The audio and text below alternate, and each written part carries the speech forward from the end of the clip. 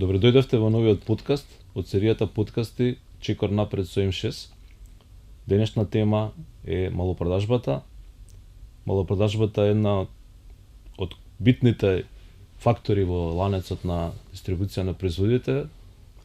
Често ја викаат гейткипер или чувар на дистрибутивниот канал, бидејќи ако немате пристап до малопродажбата, можете да имате супер производ, одличен квалитет, одличен дизајн, но вашиот производ нема да може да биде достапен за вашите целни купувачи. И токму затоа, посебно во денешно време, малопродажбата е еден од најважните сегменти во ланецот на дистрибуција на производителите до нивните целни купувачи. Денеска со нас е Гоце Боцевски, генерален директор на Нептун и предавач на М6 обуките Excellence in Retail. Добре дојде, Гоце. Добро ве најдов. На почеток да ни кажеш како од дипломиран електроинженер стигна до генерален директор на малопродажен ланец со претходно искуство исто во продажба. Па, пошто Филип, знам дека вие сте генерален директор на Пако, мака сте машински инженер и мој колега, веројатно на некој сличен начин. Како од инженер до управувач со компанија, денес веќе не постојат тие стереотипи дека за да се биде, не знам, во трговија мора да си трговец или да менаџираш, Или економски мора да имаш стручни. Она што е потребно е разбирање на бизнис логиката, разбирање на операцијата и суштината на бизнисот, во случајов тоа е операцијата која што треба да се анализира, да се унапредува, така да не постојат, не знам, посебни едукативни подготовки за одредени работи. Нормално постојат, не знам, за доктор не може да бидете инженер да станете доктор, но во овој бизнис апсолутно тоа не е пречка. Дури мислам дека инженерската логика и начинот пристапот на решавање на проблеми, каде што барате решение, е многу поразвиен кај оние со инженерски бекграунд, така да кажам, отколку со Да, и општествени. повеќето колеги, не само во индустријата на ритейл, и пошироко, кои ги познавам, имаат некој поинаков бекграунд и поинаква стручна спрема, каде што доминираат електро и машински факултети. Добро, се пофаливме на почеток со инженерскиот бекграунд. Кажи ни, Гоце, што е разликата меѓу просечен менаџер, според твое видување, и одличен менаџер? Дали е тоа до образованието, рековме дека тоа не е присутно, или до материјалот што ги има секој индивидуално? Па би рекол дека разликата од просечен до одличен менаџер е истата онаа разлика што го прави на било кое поле разликата во просечност до одличност. А ако видиме што треба да работи еден менаџер треба да ги управува и разбира процесите, продуктите и луѓето. Тоа се тие три елементи во ланецот кој што тој го управува. По однос на продуктите неопходно е техничко познавање и тука степенот на помеѓу просечност и одличност се разликува само во енергијата која што ќе вложите, да имате разбирање за продуктите кои ги работите. По однос со луѓето, од едната страна се клиентите, од другата страна се вработените, тука важи само едно правило. Прави го на другите она што сакаш да ти го прават себе си. Тоест, треба да се стави еден добар менаџер, треба да се стави во чевлите на вработените и во чевлите на потрошувачите и да ги разбере нивните потреби. Нивото на разбирање ја прави разликата помеѓу добар, лош или просечен. Колку добро ги разбира тие потреби. Да, добро кажано. Па горе-доле ги кажат и кои се всушност главните предизвици на еден добар менаџер во малопродажбата, со оглед дека си менаџер на еден сериозен ланец, на малопродажен ланец со 28 продавници низ цела држава и со сериозен пазарен удел во така наречената индустрија на бела техника, електрични електронски апарати. Освен овие предизвици што ги кажавме дека треба да се надминат, дали приметуваш некоја промена во однесувањето на потрошувачите, посебно по младите генерации, како купуваат? Бидејќи всушност оние компании што добро ќе разберат начинот и што им е пресудно на купувачите во купувањето, се и најуспешни во малопродажба. По однос на потрошувачките навики, по мене тоа е природен процес кој што не се одвива. Последнија години се дава висок акцент дека millennials, генерација Z, AI, дека тоа е нешто, не знам, некој бау кој што менува многу. По мене не е. Процесот е континуиран. Она што ние сме го правеле пред 20 години, она што некој друг го правил пред 50 години, некој друг пред 100, тој процес на промена на навиките е континуиран. Условен од социјалните релации во луѓето, условен од технологијата пред се, кој што ги обезбедува тие продукти. Така да, дали навиките се менуваат? Да. Дали степенот на менување во нашата држава е брз? За жал не, онолку што е во, не знам, поготово во Кина или во Јапонија или во Западна Европа, но е континуиран. Да, навиките се менуваат и претпоставам дека денеска купувачите кои ќе дојдат во вашите продавници, горе-доле знаат, претходно виделе, сурфале по интернет и горе-доле знаат, директно одат на тоа што го барат и само гледаат физички да го видат и евентуално да дознаат нешто повеќе. Тука се разликува кај одредена генерација, кај помладите генерации, апсолутно преку, ние вршиме редовни истражувања на таа тема, преку 70% од популацијата до 30 години доаѓа спремна со некои презнаења, посетување на форуми и технички карактеристики. Од 30 до 55 години тој процент е некаде 50-50, додека над 55-60 се уште главниот извор на информација во продавница. Решаваат на само место што ќе купат. Но не е занемарлив и кај помладата генерација тој удел, информирањето во продавница. Значи, сурфањето и посетувањето на веб страни и социјални медиуми е само една подготовка. Да, денешните млади доаѓаат спремни со информации, но пресудната одлука ја носат во малопродажните салони. Тој на лично искуство сум го почувствувал. Значи, вие може да дојдете со идеја да купите еден бренд, но ако на лице место продавачот е добар, може да ве убеди да ја смените вашата одлука и да купите можеби и друг бренд.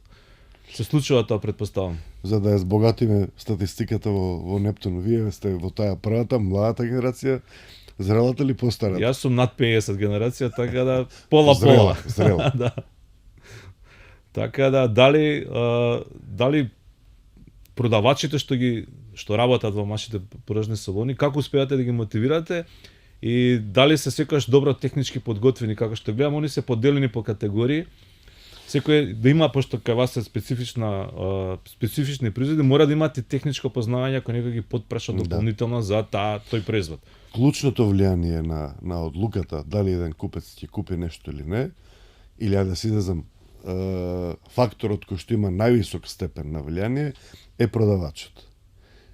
Не само кај нас и на запад. Постојат одредени заблуди дека со онлайн купувањето таа улога е се помала или помала.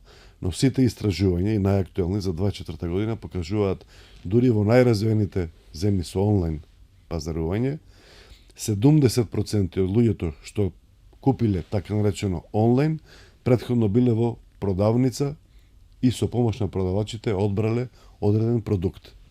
Така да трансакцијата е онлайн, но купувањето и искуството е во самата продавница. Како ги мотивираме продавачите? Имаме една специфична филозофија, јас лично, која што пробувам да ја наметнам и во Нептун. Не можеш да мотивираш немотивиран човек. Човек кој што нема во него жар, желба, надпреварувачки дух, многу тешко може да биде разбуден и мотивиран. Наградување на мотивираните луѓе е онај процес вистински на кој што треба да се обрне внимание, а самиот факт дека луѓето не можете да ги разбудите во некоја своја зрелост и да станат најнаш надпреварувачи, зборува за важноста на регрутирањето на продавачите, додека спомнавајќи техничкиот дел за знаењето на продуктите е само прашање на време и на волја. На кратко обука, веројатно, нека од која ќе го регрутирате. Да, има редовна обука, предефинирана обука, introduction, имаме 7 чекори на продажба, каде што го пробуваме да го дефинираме купувачкото искуство на секој еден клиент и обуката на секој еден продавач почнува од таму. Тоа доаѓаме до следното мое прашање, всушност за регрутирањето. Кога регрутирате нови вработени, што ви е важно, некое претходно искуство, што сега го го прашувате за претходното искуство, но дали оној личен контакт и впечатокот што ќе ви гости како личност, како карактер, може да процените дали некој што е мотивиран, некој што сака статус кво, и некој што ќе бега низ продавницата да не дојде некој да го потпраша евентуално нешто. Има и такви, претпоставам. Апропо тезата дека не можете да мотивирате немотивиран човек, она што е најбитно при релутација е енергијата, желбата, духот на преорувачки на еден човек. Тоа не е она што ни е нам најбитно. Како одржувате гоце комуникација со луѓето од салоните, пошто тие ви дават и некој фидбек, претпоставам, кои се коментарите на купувачите, нивните забелешки, дали држите неделни, месечни состаноци, како одржувате комуникација за успешен продажен тим, да кажеме? Конкретно во Нептун имаме релативно плитка структура, таа е широка по хоризонтала, да, но по вертикала е прилично плитка. Конкретно од еден продавач до мене како управител немаме 100 луѓе. Управител, директор на продажба, регионален менаџер и продавница. Тоа се тие 4 сегменти. Нормално имаме систем на комуникација, редовни состаноци, посети и функционираме на принципот дека ние сме сите една некоја алка во тој систем. Нормално, некоја алка носи поголем товар, некоја помал, но без ни една алка не се може во тој систем. Со други зборови, не негуваме строга хиерархиска војничка, не знам, некоја филозофија, туку, напротив, многу поинаква. Предпоставам дека водите евиденција преку тие Нептун лојални картички, водите евиденција колку имате купувачи, колку имате повторени продажби, каде е низ купувач, неговата историја, дали имате некој сознание што е тоа што вашите купувачи повторно ги враќа да купуваат во вашите продавници, а да не одат кај конкурентите? Аналитиката во продажбата, дали е ритейл, дали е дистрибуција, било кој процес е најважна работа, зашто таа е таа што овозможува да осознаете какви резултати постигнувате и како може да се подобрите во иднина. Од друга страна, луѓето не само во своите купувачки навики и искуства, генерално во целиот свој живот се во одредена смисла робови на навики. Тоест, ние несвесно, репетитивно едни исти работи ги правиме на еден ист и сличен начин. Тоа значи дека има еден патерн во нашето понашање, велам без разлика дали тоа се работи за купување, малопродажба или во било кој сегмент од нашите животи, а тој патерн значи дека е подложен на некои модели кои што може да се анализираат. Ние тоа го правиме, почнувајќи од најпрости системи за следење на трафикот, конверзија, колку луѓе влегле, колку луѓе купиле, што купиле, кој купил, зашто купил. Во рамките на лојалната програма имаме една голема дата база каде што пробуваме да направиме prediction, како се вика, предвидување на нивниот behavior, што следно ќе купат. Во моментов работиме на AI модули кои што ќе го овозможат тоа на ниво на индивидуа, на еден купец, додека веќе имаме функционални групи селектирани купувачки каде што го правиме ова истото. Со таа дата база што имате за купувачите, претпоставам многу ви помага и да имате насочени понуди кон нив согласно нивната искуство што го имале, во кој ценовен ранг купувале, што купувале и така натаму. И претпоставам тоа многу ви помага во вашата онлайн продавница. И сега кога доаѓаме кај онлайн продавниците, како гледате во иднина дека ќе се одвива тоа, дали онлайн продажбата постепено ќе ги елиминира потребите од физички продавници или се уште ќе има потреба од физичка продавница каде што луѓето сепак ќе дојдат и да го видат физички производот што го купуваат? Една од предностите да живеете во држава како нашава, убава, мила, но на многу понизок степен на развој од некои други. Една од предностите е што не треба да сте голем прогнозер што ќе се случи за 5 до 10 години. Погледнете што се случува на запад и ќе видите што ќе дојде кај нас во идниве 5 до 10 години. Онлайн продажбата дефинитивно ќе биде се поважна и поважна, се поголем удел од продажбата ќе биде онлайн, но купувачкото искуство и можноста за тачен фил со еден продукт да го осетите, да го видите, да го почувствувате, секогаш ќе мора да биде во една продавница. Онлайн трансакции да, се повеќе и повеќе, но важноста на самите продавници ќе биде подеднаква, само во друга насока. Ако сега таму се одлучува се, или условно до пред известен период се одлучувало се, во иднина тие ќе бидат само еден, да кажам, излог и алатка во улога на помагач на онлайн продажбата. Значи очекувате таков тренд, дека ќе му ствари, не очекувате, туку гледајќи ги околу кај нас генерално трендот е низок. Во потрошачката, во нашата индустрија се движи од 1 до 1,5%. Само толку? Да, додека на, не знам, земаме во Романија се движи до 15%. Романија не така одамна беше далеку понеразвиена држава од Република Македонија. Дали практикувате, со оглед дека имате 28 малопродажни објекти, дали практикувате ротација на вработените, да речеме, после една година, тие што се во продавница во центар да отидат во City Mall или од City Mall во Eastgate? Дали имате таква нека пракса и зошто тоа го правите, ако имате? Таква пракса имаме, да, само во два градови. Големината и популацијата на останат, ние имаме апсолутно во секој град што е повеќе од 9000 жители, имаме продавница. Имаме и во некои помали, например. Ресен, мислам дека е околу 8000, да не се наврат ресенчани, мислам дека е околу тука некаде. Така да веќе географски не може да се шириме. Повеќе од една продавница имаме само во Скопје и во Битола. Така да можноста за ротација се седува на тие два града и да ја правиме од неколку причини. Најпрви гледаме да имаме микс на, нормално имаме добри, многу добри и одлични продавачи. Гледаме тој микс и пренесувањето на знаењето на помладите да биде континуирано и непречено. За таа цел е потребна ротацијата.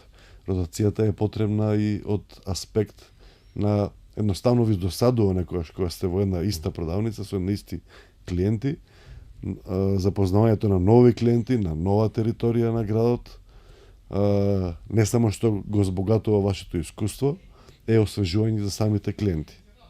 Некогаш може би ротирате меѓу категории, ако некој до сега продавал специализирано телевизори, го префрлате може би у фрижидери, па да му биде поинтересно во истата продавница. Апсолутно, но тука гледаме да ги следиме желбите, афинитетите и Так. љубовта на самите продавачи кон одредена категорија. Не секој има љубов подеднакво, не знам, за телефон, телевизор или сушара.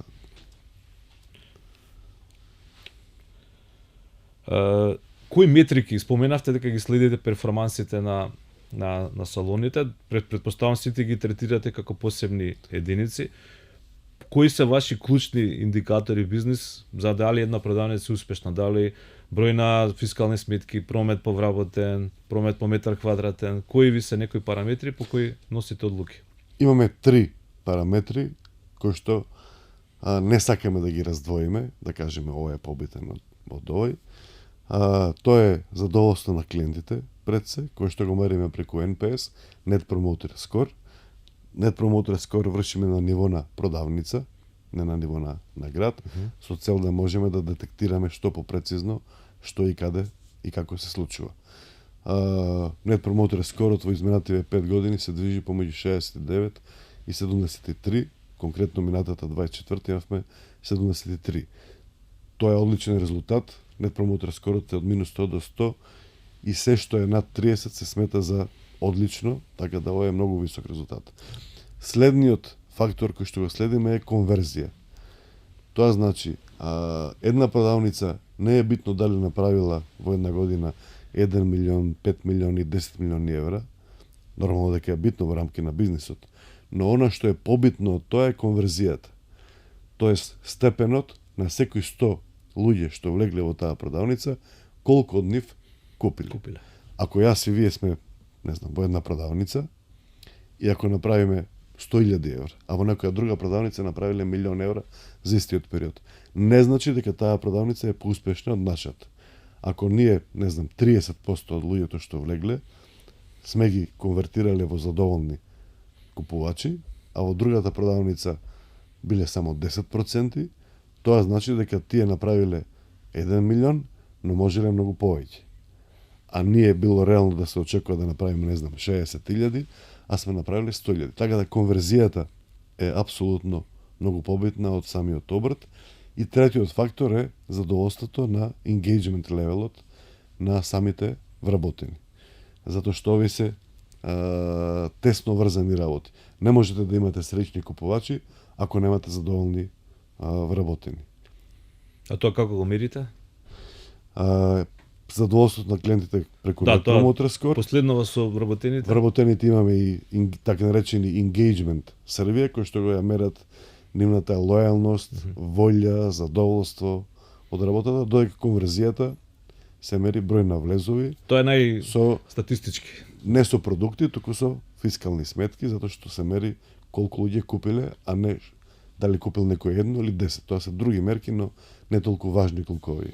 Фактички конверзијата е некој индикатор колку се биле вклучени продавачите на самото место и ги натерале да купат, а можеби локацијата па не е соодветно да имаат толку. Од оној пул што го возможил да речеме, не знам, маркетинг департамент. Така, што ги привлекло да влезат. Да влезат, колку тие продавачи биле способни и имале капацитет да ги конвертираат во задоволни клиенти. Да, тоа е убава некоја метрика кај што спојува задоволство на клиенти, задоволство на вработени и таа конекција меѓу клиентите и вработените како се конвертира во успешна продажба. Кај нас го велиме тоа сето тројство, затоа што не можеме да ги буквално да ги раздвоиме ниту еден од овие три елементи. Веројатно тоа е еден од причините, таа метрика за начинот на кој Нептун навистина расте овие години, еден од најуспешните, како што рекавме на почеток, малопродажни ланци за електрични и електронски производи.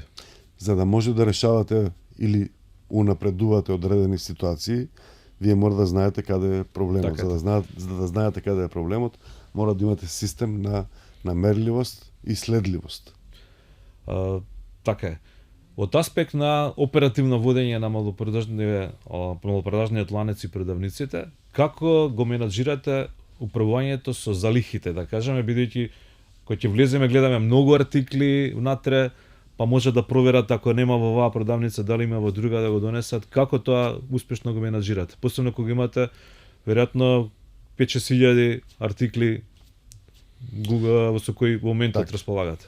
Во зависност од сезоната, бројот на SKUs или на артикли се движи помеѓу 5 и 7,5 илјади, што го прави овој бизнис многу близок и до fast moving. Зашто тој голем број на артикли предизвика голем број обрат со висока и контрола фреквенција. треба да имате. Стокот е еден од апсолутно најбитните фактори кога се гледа и кога се мери успешноста на една ритейл операција. Магично правило колкав сток е потребен универзално не постои, затоа што зависи од фреквенцијата на достава. Ќе земам пример, доколку вие имате саплаер од Кина кој што може само 2 пати годишно да ви доставува роба, вие мора да обезбедите минимум 6 месеци однапред, мора да обезбедите некој safety buffer, затоа што можеби ќе закасне бродот или whatever ќе се случи, Суетски канал се затворил, се отворил, и мора да имате дисплеј во самите продавници. Значи стокот зависи од пред се стокот е да се знае за идна продажба. Стокот не се мери наназад, стокот се мери нанапред. Со предвидувањата за продажба. Тоа е првото. Второто, стокот се мери во време. Не во количина, не во пари. Во време. Зашто во време? Потребен ми е сток за идниве месец дена, за идниве 2 месеци, а дали е 1 месец, 2 или 3, зависи од фреквенцијата на набавка, од минимум ордер quantity, некогаш едноставно вие сте во можност да порачате за 1 месец роба, па повторно да земете, па повторно, но добавувачот ви вели дека треба да порачате минимум ордер quantity, еден контейнер кој што има, не знам, 1800 парчиња, иако вие трошите 500. Така да тоа е еден комплекс. Во принцип, ние имаме многу здрава ротација на сток. Ротацијата конкретно во Нептун се движи од 4,5 до 5 пати годишно. Тоест, секоја една роба се продава за 2 до 2,5 месеци. Кои се најчести грешки што ги прават менаџерите на во малопродажни ланци од твое досегашно искуство? Се фокусираат на нешто што не е битно. Шорткати. Шорткатите се убедливо најголема грешка. Кога нешто се сака сега и веднаш на брзина без да се изоди одреден пат, или кога се заборава зашто сме сите тие таму, дали е Нептун или било која фирма, зашто тие луѓе сите се таму собрани на куп и поминуваат повеќе време помеѓу себе него ли со своите најблиски фамилиарни членови на семејството. Треба да се има во предвид дека целта на една компанија не е брз успех, затоа што тој најчесто се враќа ретроградно со негативни влијанија. Постојањето на една фирма не е само да се задоволат акционерите или високиот менеджмент, во една фирма треба да бидат задоволни сите. И стремежот на една фирма треба да биде кон тоа. Не постои шорткат, не постои магично стапче и нема среќа без незадоволни луѓе во едно семејство, како што и треба да биде една компанија. Така. Чекај се тука, да те потпрашам, да.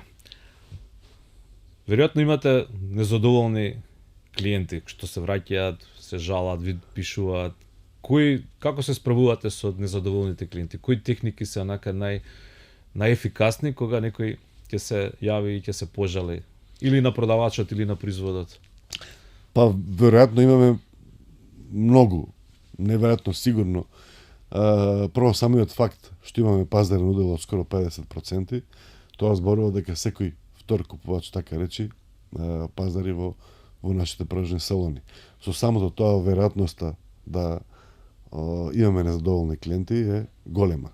Годишно имаме преку 700.000 фискални сметки, 100 милиони евра обрт и тоа предизвикува да имаме еден значителен број луѓе кои што се незадоволни од најразлични причини.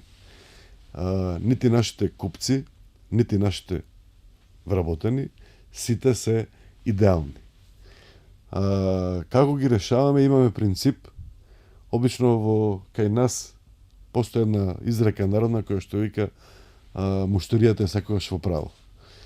Ние велиме не е секогаш муштеријата во право, од проста причина што никој едноставно не е секогаш во право. Никој не може да биде секогаш во право. Принципот по кој што се водиме и решаваме е муштеријата е на прво место. Тоа е принципот кој владее во Нептун. Што значи муштеријата е на прво место? Тоа значи колку и нерационално, лудо, издржано, неиздржано барање добиеме, дали директно во продавница, дали во контакт центар, дали во дирекција, ние ќе посветиме максимално внимание, посветеност, да му помогнеме на тој незадоволен или задоволен клиент, но со некој друг тип на проблем, да разбере дека ние сме тука за него и ќе направиме максимум, но на крај на денот да имаме една вин-вин ситуација. Муштеријата е на прво место не значи дека било кое барање и колку да е нерационално треба да се задоволи. Тоа е тој шорткат за кој што говорев пред малце и купување. Клиентското задоволство не треба да се купува, треба да се гради, само тоа е вистинско и издржано на долги стази. Гуце, што би им препорачал на младиве луѓе што доправа треба да почнат кариера, што би им препорачал доколку сакаат да одат во продажба или конкретно во мало продажба? На што треба да бидат спремни, да се фокусираат? Веќе утврдивме дека образованието не е клучот, тоест типот на образованието не е клучот, а самото образование е клуч. Она што гледам дека во последниве години при регрутација на нов кадар не фали, но има некој надолен тренд, е тој степен и ниво на има еден убав збор eagerness на англиски, страст, страст, волја за учење, волја за победа. Во моје време, јас имам 54 години, се зборуваше џабе работи, џабе не седи. Нормално тоа не беше совет да работиш за џабе некаде. Но сака да не седиш дома и да работиш, ќе стекнеш знаење, стекнување на знаења, искуства, едни мали победи секојдневни, секоја една продажба е победа, секоја една научена работа е победа. Тоа како да денес фали, така да мојот совет до сите млади, не кои што планираат да влезат во оваа индустрија, туку генерално за било што, е да имаат надпреварувачки дух, да се трпеливи со самите себе и честни кон самите себе и да инвестираат што повеќе во себе. Што повеќе дружба, што повеќе книги, а помалку, не знам, YouTube, тоа е мојот совет. И да не се плашат и ако не успеат, дека посебно во кај продажбата е тоа некогаш фрустрирачки, може да имате 10 клиенти, никој ништо да не купи, да не се фрустрираат од такви неуспеси, бидејќи секој неуспех е учење всушност, треба така да го доживеат. Така е, се слагам, но треба работите да се комуницираат јасно и транспарентно. Нема да именувам, кој на моја колешка од една многу сериозна фирма, бев на кафе пред известен период, пред неколку месеци, и позади неа каде што е бирото стои не постои неуспех, не постои неуспех, тоа е само скала кон успехот. Јас не се сложувам со тоа. Ако не постои неуспех, тогаш не постои ни успех. Неуспехот постои и тоа е природен. Тоа е природно и тоа е дел од фазата на учење. Така да се сложувам, не треба да ме обесхрабри, но не треба ни тоа да го биде табу тема. Так. Неуспехот е дел од фазата на учење. Посебно на млади години. Апсолутно. Во било кој дел од животот. Било кој дел од животот.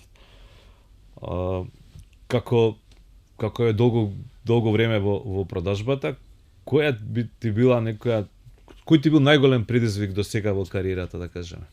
Со кој си се соочил и со кој ти оставил непроспиени ноќи?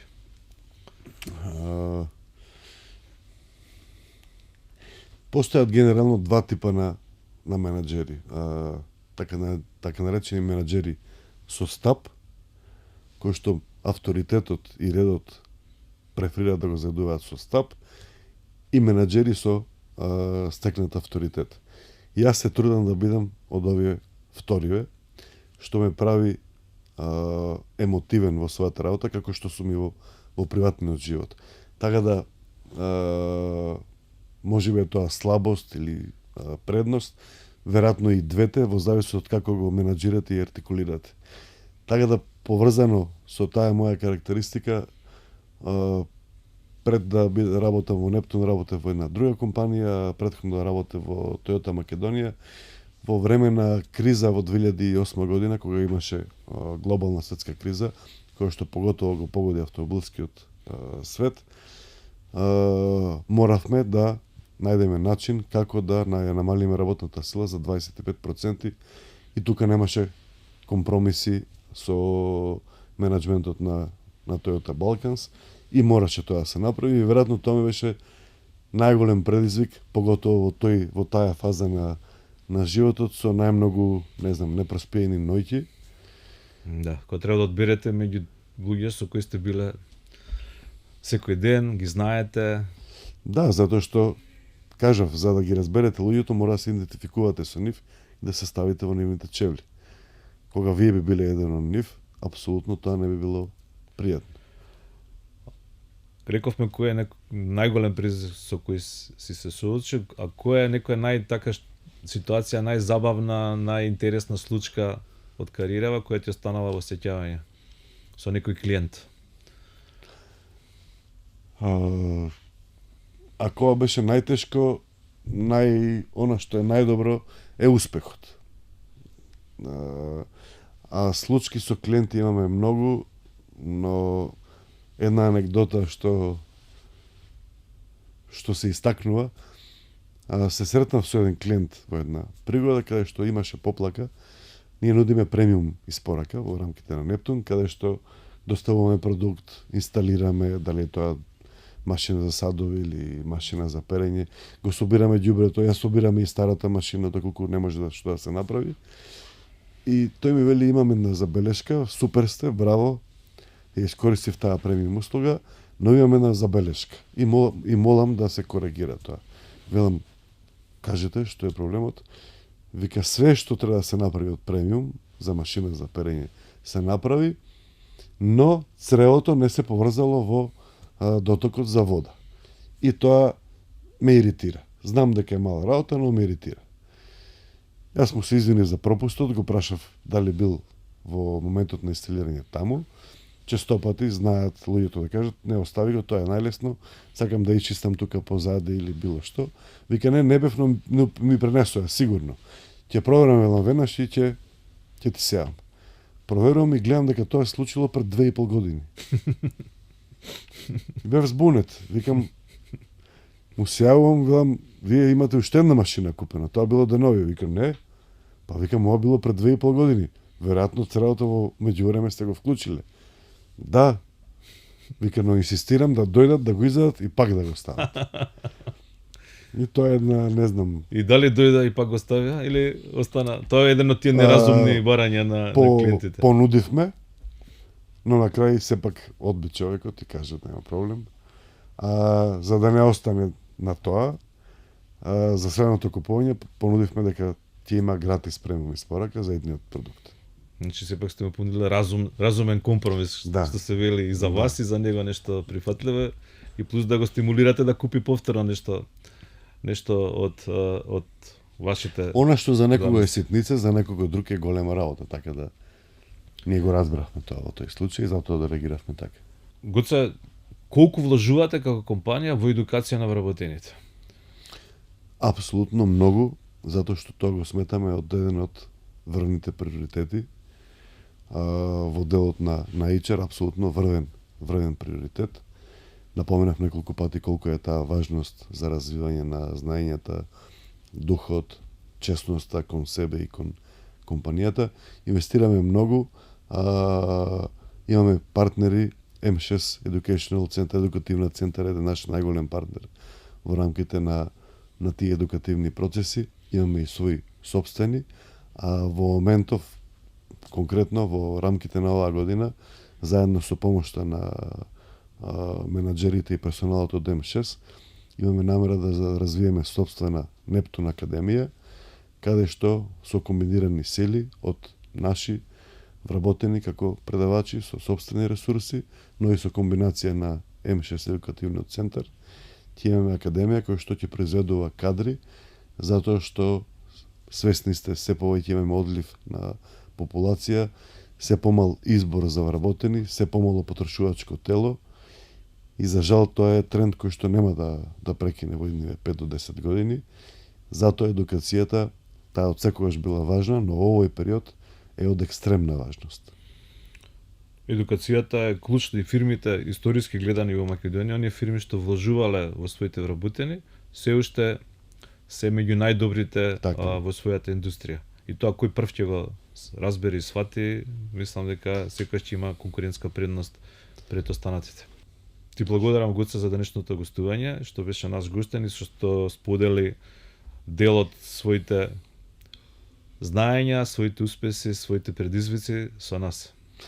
Благодарам на поканата, ги поздравувам ваквите подкасти кои што се во насока на едукација и избогатување на искуствата, поготоа на нашиот пазар е многу тоа битно и стојам на располагање за некоја една покана во идно време.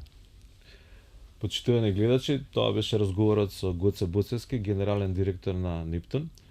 Ве повикувам да го продолжите да следите подкастите на Чекор напред со M6 и за оние што се заинтересирани сакат повеќе да научат за продажбата и малопродажбата конкретно, може да се пријават на едукативниот курс на M6 Едукација Excellence in Retailing.